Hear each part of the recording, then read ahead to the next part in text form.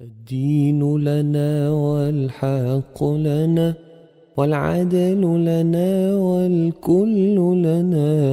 الدين لنا والحق لنا والعدل لنا والكل لنا. أضحى الإسلام لنا دينا وجميع كون لنا وطنا. توحيد الله لنا نور أعددنا الروح له سكنا.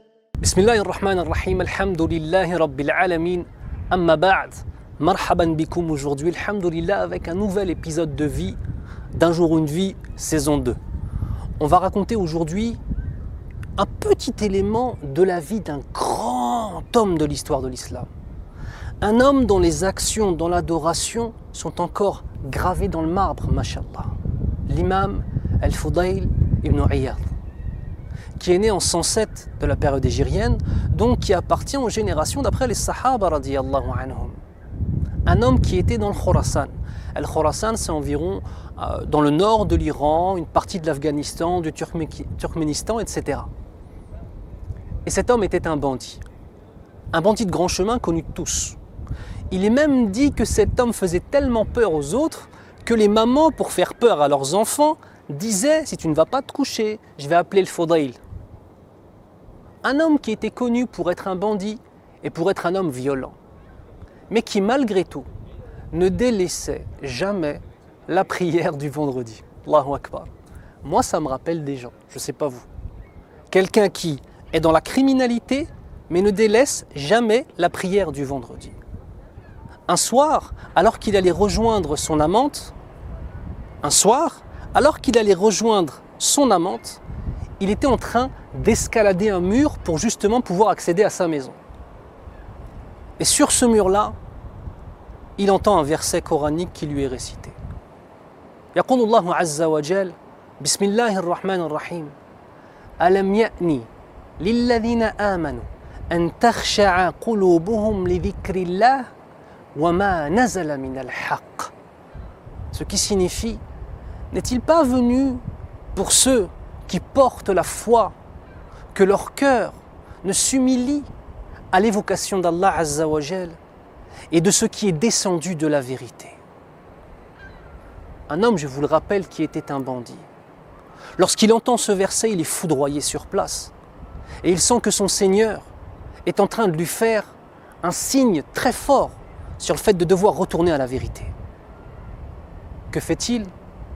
Il rebrousse chemin, il rentre chez lui, il prie, il se repent et il part vivre à la Mecque. Cet homme est devenu une des plus grandes références de l'histoire de l'islam dans la piété, dans la sagesse et dans l'ilm. Allahu Akbar. Cet homme, c'est toi potentiellement. Que tu sois un homme ou une femme. Cet homme-là avait une vie où lorsqu'on le regardait, tout le monde disait jamais de la vie, cet homme ne sera simplement une personne qui ne fait pas de mal. Et il est devenu un homme qui dans l'histoire est connu pour avoir fait tellement de bien et avoir été tellement pieux. Allahu Akbar. C'est peut-être toi. C'est peut-être une personne que tu connais. Tu ne sais pas qui est un rapproché d'Allah. Tu ne sais pas. Combien de personnes on a croisé dans notre existence et on disait de toute façon celui-là ou celle-là n'a strictement aucune valeur et toi tu te regardes dans la glace et tu te crois mieux que lui ou mieux qu'elle. Je vais te rappeler une phrase qui est connue chez les musulmans. Fais attention à ce que son passé à lui ne devienne pas ton futur. Tu ne sais pas où tu seras dans quelques années, tu ne sais pas où tu seras même dans quelques heures et peut-être que les gens que tu juges dans quelques heures vont se repentir alors que toi, tu tomberas dans le péché. Qu'Allah nous préserve, ya Rabbal Alamin. Alors l'action vis-à-vis de cette histoire, elle est très simple encore une fois, walhamdulillah. Vraiment très très simple. C'est le fait de regarder son prochain avec des yeux où on se dit que peut-être celui-ci est meilleur que nous. Allah Azza wa Jal nous dit dans un hadith qudsi, Man aada li waliyan faqad adhantuhu bil harb. celui qui se déclare ennemi d'un de mes rapprochés, eh bien je lui déclare la guerre. Allahumma hafadna min dhalik, qu'Allah nous préserve de cela. Ne sois pas une personne qui juge et qui rabaisse. Ne sois pas une personne qui éloigne de notre dîn, comme il y en a malheureusement beaucoup. Sois une personne qui a une poitrine large, qui sache pardonner, qui sache ramener les gens à la vérité et qui par amour leur dénonce leurs défauts et non pas par une volonté de vengeance ou par une volonté de juger pour s'élever. Abaisse-toi pour ramener les gens à l'islam, Inch'Allah, et non pas les ramener à toi. Cette action, c'est une action de tous les jours.